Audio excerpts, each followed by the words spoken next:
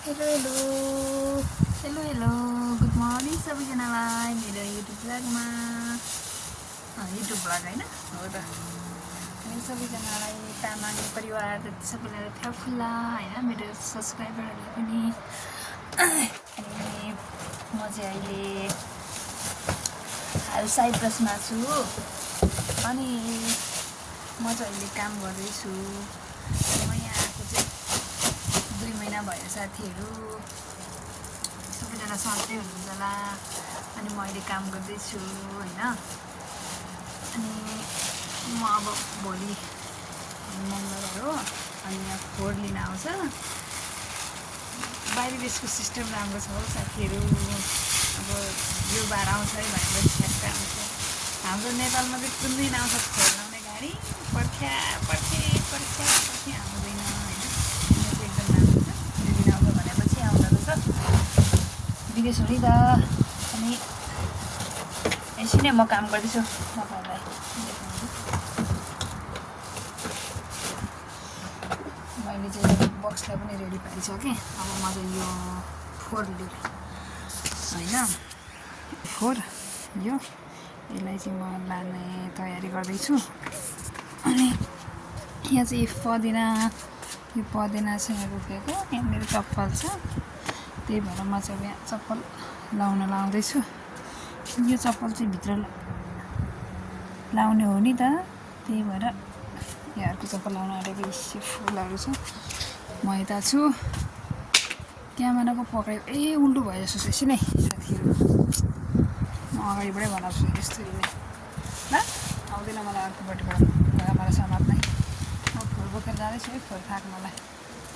यो चाहिँ मेरो घर हो भनौँ न। अब कति वर्षको लागि होइन बस्नुन्जेललाई जता बसे आफ्नो घरै घर हो साथीहरू। तपाईँहरूलाई के लाग्छ? मलाई चाहिँ त्यस्तै लाग्छ होइन। आफू जता बस्यो त्यतै घर। हेर्नु मरेर लानु केही छैन। यस्तै छ। म चाहिँ फोहोर फाक्न आउँदैछु। अनि यहाँ फोहोर जम्मा हुँदैछ।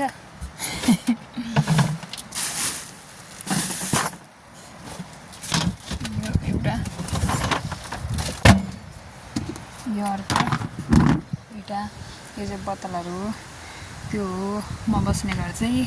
अनि यहाँ सल्ला छ। यो सल्ला कति छ। अनि यहाँ पार्क छ। अनि यहाँ के छ। तर मैले चाहिँ यहाँ घर छ होइन। सबैतिर यता पछाडि यता घर गाडी छ। तर मैले चाहिँ यो चाहिँ मेरो घरको गाडी राख्ने ठाउँ हो सरमेमको। तर मैले चाहिँ अहिलेसम्म यहाँ नेपाली मान्छे देखिनँ हौ। त्यही भएर मलाई समस्या चाहिँ मेरो सरले फुल रोप्नु भएको छ कति राम्ररी हेर्नु। यस्तो छ।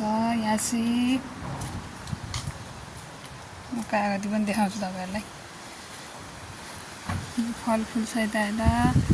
यो चेरीको बोर्डहरू के भन्दैन थियो मैले अस्ति कविताले। इसे कागती भुइँभरि झरेको छ कागती। भुइँभरि छैन 2-3 झरेको छ एउटा।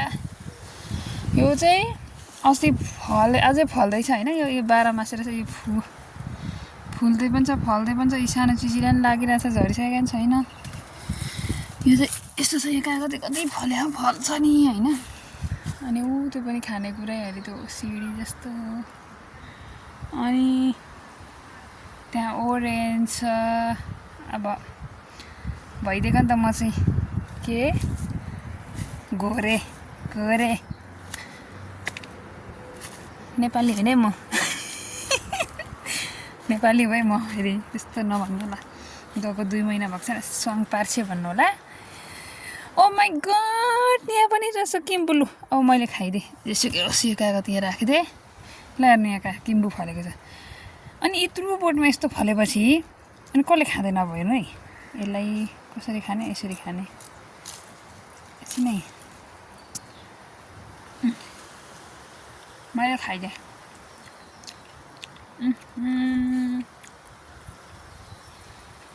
बिचरा मेरो सरले रोप्नु भएको होला यो।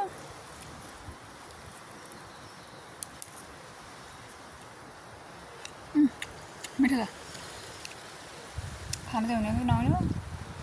अब किम्बु देख्यो खाइयो टेन्सन छैन। आफ्नै त भारी हो आफ्नै त भारी हो होइन साथीहरू अनि अमिलो पनि छ अब म चाहिँ कागती बोकेर जाँदैछु है म देखाउँछु के भनेर अनि यहाँनिर आरू पनि फलाएको जस्तो छ ल यहाँ आरू पनि छ यहाँ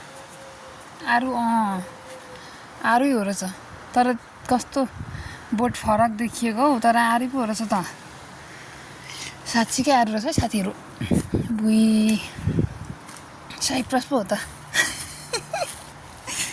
हेर्नु न अब कति राम्रो छ हरियो चौर यहाँ जहिले यहाँ अब के भन्छ समर टाइम भएपछि चाहिँ यस्तो हुन्छ अरे हरियो पानी आउँछ पानी बस्छ होइन कागती लु अब हाम्रो नेपालमा चाहिँ हो भने कागती कति रुपियाँको थाहा छ 20 रुपियाँको 3टा कतिवटा 3टा यहाँ कतिवटा छ भुइँमा थाहा छैन अत्तो पत्तो छैन झरेको छ पाकेको छ भुइँभरि झरेको छ मतलब भएन यो के हो यस्तो साथीहरू बोटै बोट चाहिँ जति त्यही भएर त्यस्तो भएको होला खोइ बेच्न लाँदा हुन्थ्यो होला के हुँदैन कि बेच्नलाई ल हेर्न रुख यहाँ अब विदेशमा त्यसरी त रुख यस्तो गरेर यस्तो यस्तो यस्तो देखाउने होइन यो चौर चाहिँ मलाई मनपर्छ है साथीहरू यस्तो दामी छ होइन भुइ कागती मैले खाएको थिएँ ल हेर्नु त कस्तो राम्रो देख्छ हेलो यो हो नि त तरिका त त्यत्तिकै विदेश भनेको हो र चौर यस्तो दामी छ चौर रोप्ने घाँस रोप्ने टक्क काट्ने त्यो काटेर मेसिनले बट्ट काट्छ यो हरियो कलर त कस्तो दामी देखियो होइन जहिले काटेर पानी आउँछ हरियो कलर छ रुख यस्तो छ भन्दै अब आजको भिडियो चाहिँ म यहीँ अन्त गर्न चाहन्छु हस् त हजुर बाई बाई